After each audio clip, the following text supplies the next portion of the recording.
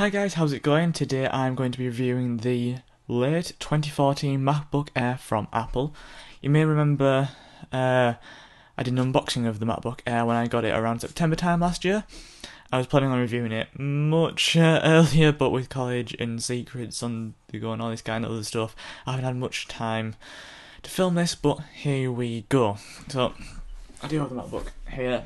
This is the... I know it goes out of focus, but here's the MacBook. I'll just put that behind me for now. Well, the MacBook 2014 13-inch measures in at 0.68 inches thick at its thickest point, which is this edge right here, and it measures in at just 0.11 inches at its thinnest point here. It also weighs just 2.96 pounds or 1.35 kilograms, which makes it incredibly light laptop, hence its name, the Air. It features a 13-inch 1440 by 900 LED backlit widescreen non-touch display. You have the option of 128 gigs, 256 gigs, or 512 gigabytes of onboard PCIe based flash storage. I went with 128 gigabytes because I usually have a portable hard drive or memory stick with me so that I can keep my files up to date across both my MacBook Air and my Mac Mini, which is my desktop computer. The Air also has a 1.4 GHz dual-core Intel Core i5, which turbo boosts up to 2.7 GHz. Stock, the Air comes with 4 GB of RAM, but I went with 8 GB, the highest the MacBook Air can be configured. This meant that I have a bit more breathing space and stuff like Final Cut when I was using that, Premiere Pro now that I'm using Adobe software, Lightroom, Photoshop, any of these Pro applications. It gives me a lot more breathing room within those. The 13-inch model has 2 USB 3 ports, a Thunderbolt 2 port, an SDXC card reader, a headphone jack, which is headphones only. This doesn't support normal line-in, it only supports it like a microphone input through the line-in type system. If it's a 3-ring jack, you cannot use a 2-ring to get a mic input in, which means that's why it's only compatible using the generally using the Apple earphones with the mic attachment, because it uses a 3-ring audio jack. It has dual stereo microphones on the side and a MagSafe 2 charging port. It has the latest and greatest in wireless technology too, with 802.11 AC Wi-Fi networking and Bluetooth 4.0. It also is compatible with older Wi-Fi networks A, B, G and N. The MacBook Air late 2014 came with Mac OS X Mavericks, but I upgraded it to OS X Yosemite when it was released in November last year. Yosemite comes with the iLife suite, built right in for people who want to create their own content, whether that be through iPhoto, now known as Photos, iMovie or GarageBand. Apple's iWork suite is also available for download through the Mac App Store for free, which brings Keynote, Pages and Numbers, Apple's equivalent to Microsoft Office, Word, PowerPoint and Excel.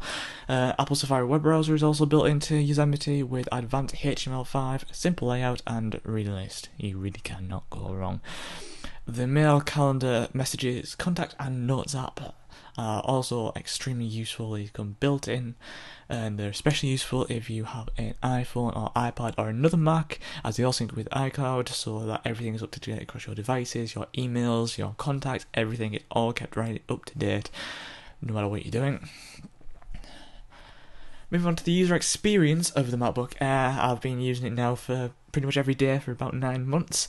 I'm pleased to say it holds strong and is hands down the best laptop I've ever used. I've played with a lot, I've had about 3 or 4 laptops. I've used this more than I have any of the others, and it still just works. It's extremely good. It even handles 4K video editing, even though it isn't the most powerful of machines, which is one of the most impressive things about this. The turbo boosting, yeah, it does limit your battery life and everything, but if you're plugged into power, then you can actually edit in 4K video within Premiere Pro.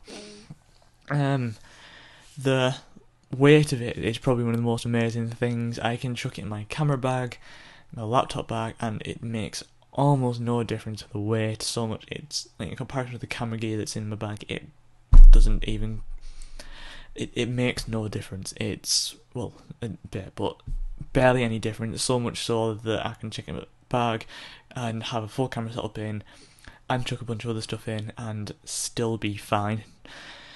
I think that's probably one of the key features of why they go with the Air over the Pro. Even though the Pro doesn't weigh much more than it, it still is a bit more. The Air, it's so much more portable. That's why I went with that over the old MacBook Pro that I had. In comparison to the Retina MacBook Pro, it's not massively different, but it's still light enough to be almost invisible in your bag, if you like. To make it thin, you would think performance would have been sacrificed to some extent, but not as much as you would think. It happily gets 13 hours plus of battery life through general web browsing, Skype calls and emails, and if you bring up something like Premiere Pro or Lightroom and do some editing, you still get a good 5 to 6 hours, if not more, if you don't have other stuff open at the same time. When the CPU does turbo boost up to 2.7 GHz, the Air will happily, as I mentioned before, edit and render 4K video in Premiere Pro. Even on battery power, just don't expect 13 hours of battery life if you are rendering in 4K. The keyboard and trackpad are definitely worth talking about. The trackpad is easily the best I've ever used. Apple have done a fantastic job making the trackpad for this machine, and with improvements with the new trackpads that are going on to them, it's just getting better. The Force-touch trackpads that are coming, I've had a play on some of the ones on the new MacBook Pros and they are fantastic, so when they come to the Air, hopefully this year, yeah, I'd say go ahead and get one if you're looking at the Air. Wait for that to come out because it's even better somehow. They really do a fantastic job of making trackpads. And the keyboard, as long as you're used to the flat style keys, which I'm using all Macs and not mechanical keys, which is what I will be getting used to when I move over to Windows from a desktop PC in a couple of years' time. If you're used to using this style key, it's a dream to type on. I actually prefer typing on that and on my dedicated full-size Apple keyboard that I've got on my desk. The limit of 8GB of RAM, yeah, we're going to talk about negatives. 8GB of RAM at the top end, it is limiting, but I think it's more limiting if you try to do a lot of work and I keep trying to use it, like my Mac Mini, which has 16GB of RAM. I don't think it's the 8 gigs that's technically the limit, it's just me trying to use it more than I should based on its specs, more than anything else. Yeah, that's probably the only negative, but if you want 16GB, just go for the MacBook Pro, which only upgrades. The only downfall to going for the MacBook Pro would probably be the weight. It is like half a kilogram or so, if not more than that, heavier than the MacBook Air. To conclude, the MacBook Air late 2014 is an exceptional ultrabook. It's very portable and the battery life really does blow me away. I'm still getting pretty much all of it. The battery life I had at the start, even 9 months down the line, there's been almost no degrading of the battery at all. And it can keep up somehow with my Mac Mini late 2012, even though it has significantly higher specs. I would say probably pick up the latest one. The latest one is getting better, but wait until the first one with the new trackpad comes, because I think you'll prefer that even more. So go play with the current one, see what you think, have a play on one of the MacBook Pros with the new trackpad, and just see which one you'd want to go for.